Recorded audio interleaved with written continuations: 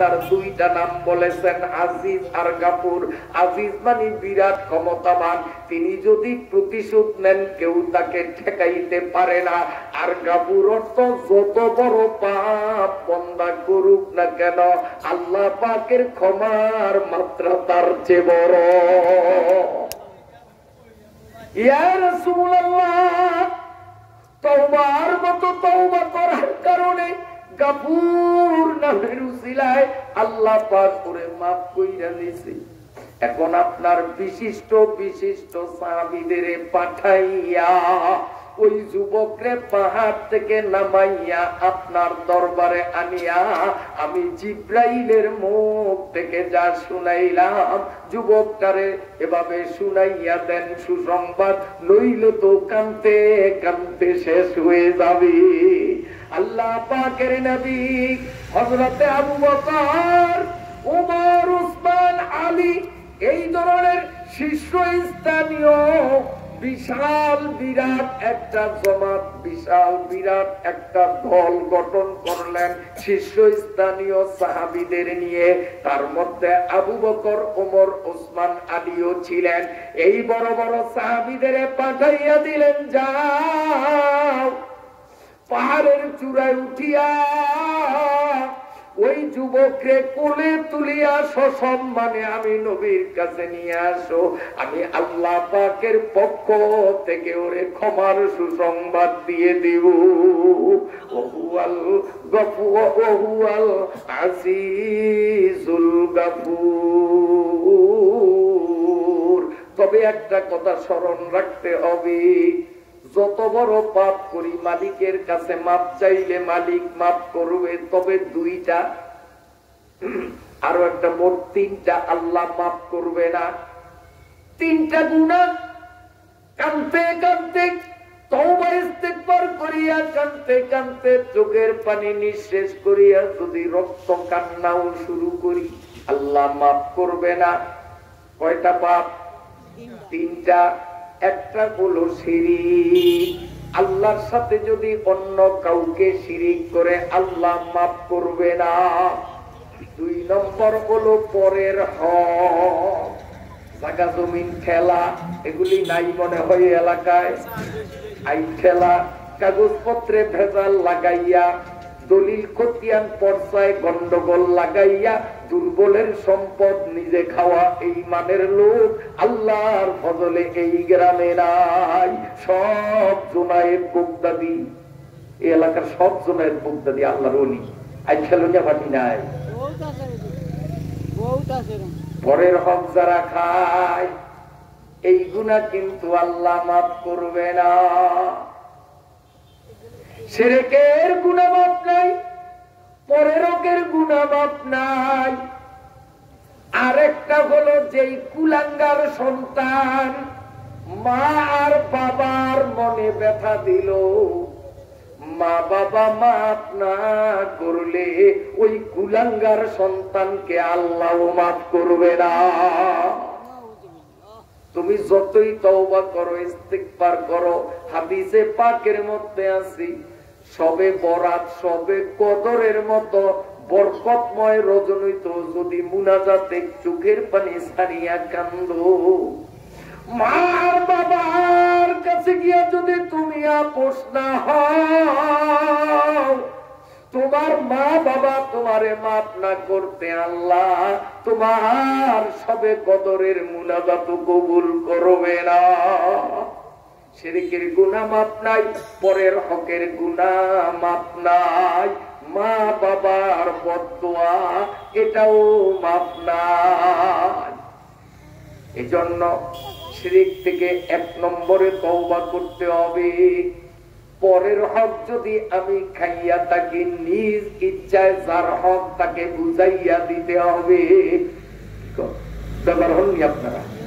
শোনেন মজার একটা কথা, আল্লাহ অনেকদিন আগের কথা, অনেকদিন আগে আমি ভোলা নতুন বাজার রাস্তায় হাঁটতেছি, প্যান্ট শার্ট পরা এক লোক মধ্য বয়সী আমার আইসাই সালাম দিয়া জোরাইয়া ধরলেন আর হু হু করে কাঁদলেন, চোখের থেকে পানি পড়ে। আমি ওর চেহারার দিকে তাকাইলাম, চিনি না। আমি বললাম, বন্ধু আপনি কি? যেই কায়দায় আমারে জড়াইয়া ধরলেন মনে হয় আমি আপনার ঘনিষ্ঠ বন্ধু, অথচ আমি এখনো আপনারে চিনতে পারিনি।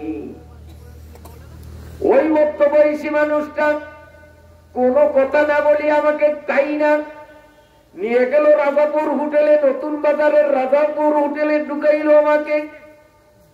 দোকানের পরে ওর কান্না দেখিয়া পুরা দোকানের কাস্টমার গুলো কে কি নাস্তা করবে সব তাকাইয়া রইল। কতক্ষণ কান্দ। আমি বললাম, মেয়া আগে পরিচয় দেন, আমি আপনাকে এখনো তো চিনতে পারিনি। ওই যুবক বলে, হুজুর আমার বাড়িও ভোলার বেলুমিয়া ইউনিয়নে, গেল কয়েকদিন আগে আমাদের এলাকা আপনার প্রোগ্রাম ছিল, প্রধান অতিথি করে আপনাকে মাহফিলের ইন্তজাম এলাকাবাসী করেছে। তবে আজকের মাহফিলের মতো হাস্যস্কর মাহফিল নয়। আবার হাজার লোকের উপস্থিতি ছিল। মেইন রোডের পাশে মাহফিলের অবস্থা এমন, আগে যদি কোরআন ছুঁয়া কেউ কসম করতো তাও বিশ্বাস করতাম না, এখন চোখে যা দেখলাম। আজকে না শীত না গরম, তুলনামূলক বিগত কয়েকদিনের চেয়ে আজকে শীত অনেকটা কম না? এরপরে মেইন রোডের পাশে, তারপরে এই অবস্থা বুঝলে আসতাম না। আমার ভাইরা বাবাজিরা, ওই লোকটা মানে বলে, হুজুর সেই মাহফিলের মধ্যে আপনি পবিত্র কোরআনুল কারীমের সূরা আলে ইমরান থেকে যে আয়াতের তাফসীর করেছিলেন, সেই আয়াতটা আমি এখন বলবো না। সেই আয়াতের মধ্যে হলো সুদ নিয়ে আলোচনা। ওই লোকটা বলল, হুজুর সুদের আলোচনা করেছেন, পরের হকের আলোচনাও আপনি সুন্দরভাবে করেছেন। ওই মাহফিলে বসে আখিরি মুনাজাতে চোখের পানি ছেড়ে আপনার অজান্তে আমি আমার মালিকের সাথে কন্ট্যাক্ট করলাম, ওগো আল্লাহ এই বেদুনিয়ায় আমার প্রভাব আছে, কেউ আমার সাথে পারে না, যার কারণে অনেক গরিব মানুষের জমিন আমি জোর দখল করিয়া খাই। আমি যদি ফিরত না দেই, নেওয়ার মতো ক্ষমতা ওদের নাই। কিন্তু আজকে তাফসীরুল কোরআন মাহফিলে আল্লাহর কালামের ধাক্কা অন্তরে লাগলো, এজন্য আমি সিদ্ধান্ত নিলাম পরের হক আমি আর খাবো না। হুজুর পরদিন আমি দেশে যাইয়া আমার নিজের পকেটের টাকা দিয়া আমিন আনিয়া টাকা জমিন যাত্রা তারে তারে আমি মাতিয়া কিলার করিয়া ফিরত দিয়া দিলাম। এইটারে কয় ওয়াজ শোনা। শুধু শুনলাম মানলাম না, ওই ওয়াজ কোনো কাজে আসবে না। পরের হকের গুণামাপ নাই। পরের হক শুধু জায়গা জমি ঠেলন না, টাকা পয়সা চিন্তাই করা না, নরমাল পরের হক নষ্ট করি। এটা যে পরের হক নষ্ট হয় এটা আমরা বুঝিও না। যেমন মনে করেন এই বাজারে চায়ের দোকান আছে নি আপনাদের এই বাজারে? আচ্ছা, তো মেসালটা সহজে বুঝবেন। গরিব মানুষ রাস্তার মাথায় চার দোকান একখান করতেছে, গরিব মানুষ। এখন কোন নেতা, প্রভাবশালী, সম্মানী ব্যক্তি ওই দোকানে ঢুকলো, ঢুইকা যা খাওয়ার নিজে খাইছে, মানুষেরও খাওয়াইছে। খাওয়াইয়া এখন ঘন্টার পর ঘন্টা আকথা কুকথায় গল্প গুজব করতেছে। কিন্তু ফলটা হয় কি, ওই যে বিলে কাজ করে সারা গায়ে লোদ কাদা ময়লা মাখা সার টক করছে, এখন কাজ বন্ধ কইরা কোনো মতে হাত দুইটা ধুইয়া, সারা শরীরে ময়লা, কারণ আবার সে কাজে যাবে, হাত দুইটা ধুইয়া আসছে যে রহিমালির দোকান থেকে একটু চা খাইয়া। হ্যাঁ, কথার আবার রহিমালি কোনো দোকানদার আছে নি, কে জানি হুজুর শিখিয়ে দিছে, এমনি একটা নাম কইলাম, কাল্পনিক নাম, একটু চা খাইয়ে আইসাই দেখলো যে মেম্বর সব বসা, চেয়ারম্যান সব বসা, মাওলানা সব বসা, তালুকদার সব বসা, সম্মানী মানুষরা। আপনারা বলেন তো ওই বদলায়, ওই অবস্থায় এই সম্মানী মানুষের সামনে দোকানে ঢুকবে? ঢুকবে? ওর একটা লজ্জা আসবে না? হ্যাঁ, এই বেশে আমি চেয়ারম্যানের সামনে কেমনে যায় চা খাই? ও সরিয়া আরেক দোকানে যাইবে কিনা, বিলের থেকে নিয়ত করিয়া আসলো এই দোকানে চা খাইবে, কিন্তু দোকানে যাইয়া আর ও ভিতরে ঢুকলো না, দোকানের সামনে থেকে সরিয়া গেল। এ চেয়ারম্যান সাহেব, এ মেম্বার সাহেব, এ মাওলানা সাহেব, এ তালুকদার সাহেব, তুমি নাস্তা করার পরে 2 ঘন্টা বসিয়া গল্প করলা, এই 2 ঘন্টার সময়ে কতগুলো কাস্টমার এই দোকান থেকে তোমার কারণে চলিয়া গেল, এই দোকানদারের কতগুলি কাপ চা বিক্রি তোমার কারণে কম হইল, মালিকের দরবারে পরের হক নষ্টের মামলা তোমার বিরুদ্ধে হবে। এরপরে যাই হোক এত করলো, করিয়া যাওয়ার সময় কথাবার্তা নাই, মোবাইল টিপতে টিপতে আসতে বাইরে, বিল দেওয়ার খবর নাই। দোকানদার যদি কয় মেয়া মেয়া এখনো টাকা বলে, এই তুমি বিকালে আসলো, বিকালে যে তুমি বিকালে, বাস গেল। বিকালে আসলো না, কালকে আসলো না, পরশু আসলো না, 4-5 দিন পরে আইসা আবারও খাইল। দোকানদার চিন্তা করলো হয়তো 2 দিনের বিল আজকে পাবো একসাথে, আমি গরিব মানুষ, 2 দিনের বিল একত্রে পাইলে আমি উপকৃত হব। কায়দা মতো খাওয়াইয়া লোয়াইয়া দিল। এরপরে যায়, আরে ব্যস্ত ছিলাম, তোর সেদিনকার বিলটাও রয়ে গেছে, একসাথে বিলটা দেব, এই 2 ঘন্টা পরে আসতেছি। 2 ঘন্টা বলিয়া 1 সপ্তাহে তারে গুইজা পাওয়া যায় না। 1 সপ্তাহ পরে মনে করেন রাস্তায় দেখলো ওর দোকানে আর ঢুকে না, দোকানদার রাস্তার থেকে বাইরে, ভাইয়া আমার টাকাটা, শুধু আমার টাকাটা দেন বা কখন দিবেন, ও দূর বলিয়া আমার টাকা, অমনি পায়ের জুতা খুলে হারামজাদা, সময় কমায় বুঝতা, পটেকারে টাকা চাইনি তোমার তো কয়েকটা লাগিয়ে দেন, 3 লাখ টাকা চাই কেমনে নিতে পারো, আর 3 লাখ এখন পর্যন্ত দেয়ও না। এরকম লোক আছে না নাই? আছে না নাই? আল্লাহু আকবার। আপনাদের কষ্ট হয় মনে হয়। সূরার মধ্যে আয়াত কইছি কয়টা মনে আছে? 30টা। 30টা আয়াতের আমি খুব সংক্ষিপ্ত আকারে এখন 2 নম্বর আয়াতে আছি, 3 নম্বরে আজকে আর ঢোকার নিয়ত নাই। কষ্ট হয় আপনাদের, এই জন্য 2 এর মধ্যে শেষ করে দিতাম। সেই কি কর, হ্যাঁ 3 জনে কয় যে না, আর বেশি জনে যখন চুপ তাহলে মুনাজাত দেন, তাহলে কোরআন শরীফ বন্দনা করে উপায় নেই।